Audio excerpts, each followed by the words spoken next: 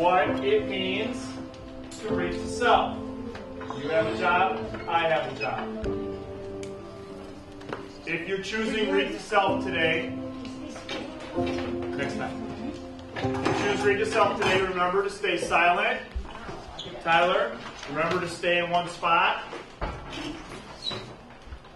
No distractions, right? Read the whole time. No prairie dogging, Jordan. Right? Read the whole time. Okay? Remember your goal. Many of you set page goals. Many of you have comprehension goals. Some of you have thinking journals or reader's logs that you're filling out afterwards. Don't forget to do that. If you're choosing to work on your comprehension goals, remember to ask yourself who, what, when, where, why. Remember to think about retell, summarizing, predicting, those things that we've been practicing. So that's for those of you that are interested in reading to self. If you're thinking about doing work on writing, okay, work on writing, we have similar things to think about, same rules, right? Silence, stay in one place. These are all for yourself. I know many of you are working hard on your research reports, so work on writing might make sense for you today. Spelling City, vocabulary work for word work. If you're looking to do your word work today, that's an option for you also. Read to someone else. We haven't done read to someone else in a little bit. Let's remember what that looks like. Sitting right next to each other.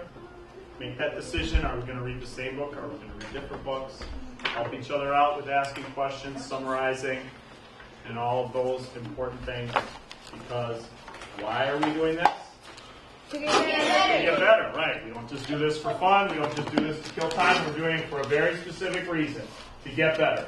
You don't get better without practice.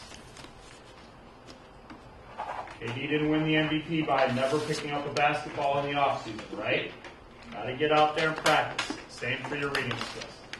Okay? I'll be coming around. I'm going to do some goal checking and get you guys looking ahead to your math test and setting up those point goals for you for that. So if you're interested in read to self today for our first session, take your book and choose your space.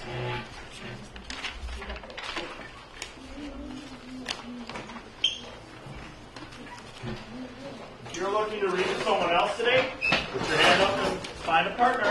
If your word work activities or reading with technology practice, go ahead and take care of that need now.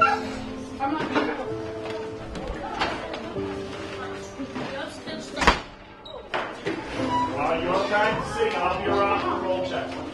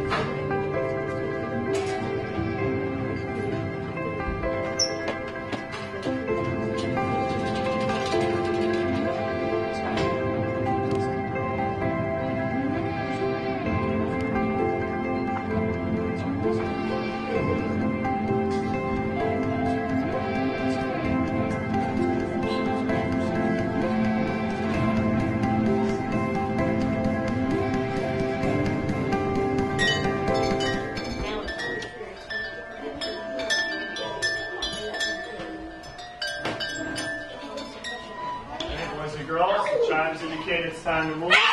Bless you.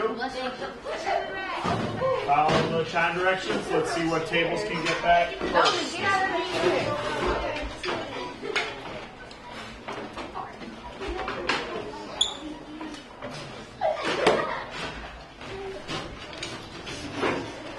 I like the way the scramble group is cleaning up quickly and return to their seats. Technology is being returned responsibly. Make sure you got yourselves together when you get back to your spots. Fourth graders, let's have a meeting in the couch zone. Bring your James and the Giant Reach with you. And kind of talk with each other about your Chapter 1 activities. And I'll join you for a review on that. Fifth grade table monitors, we're going to need our Journeys to Discovery magazines. I see Brianna already has hers. So fifth grade table monitors, go ahead and get those out for me, please. And we'll get started on our next activity. No page yet. Just waiting for a couple transitioners to get back home.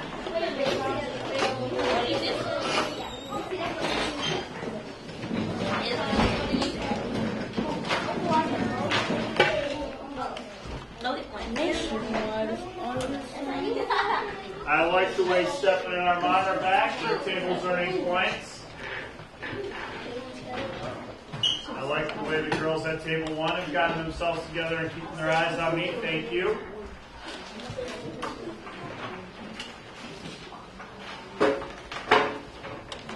This week in reading, we're focusing on conclusions and generalizations.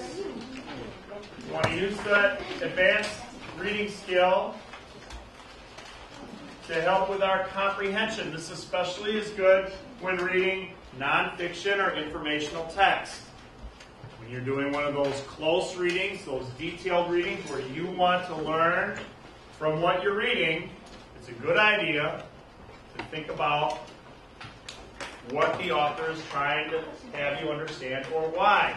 If you think about the social studies that we've been talking about with the Transcontinental Railroad, and as you're reading along about the Native Americans and the Chinese and all of those different groups, sometimes the authors won't say exactly how they were feeling or how these changes affected them. And so it's up to you to do some thinking in your head about those things. So, when you're thinking about conclusions and generalizations, what are you doing? You're making a reasonable guess based on the details from the story, and then making some statements that would probably be true most of the time. You aren't going to see that written right in the story. It will not say, and the conclusion is, or the general is. You have to think that through for yourself. Well, Daily 5 lets you learn at your own pace. And it really is good for kids, any kid at any age. Being able to learn at your own pace is really nice, so you don't have to try and stay with somebody, or you don't have to wait on anybody at the pace that they have to take.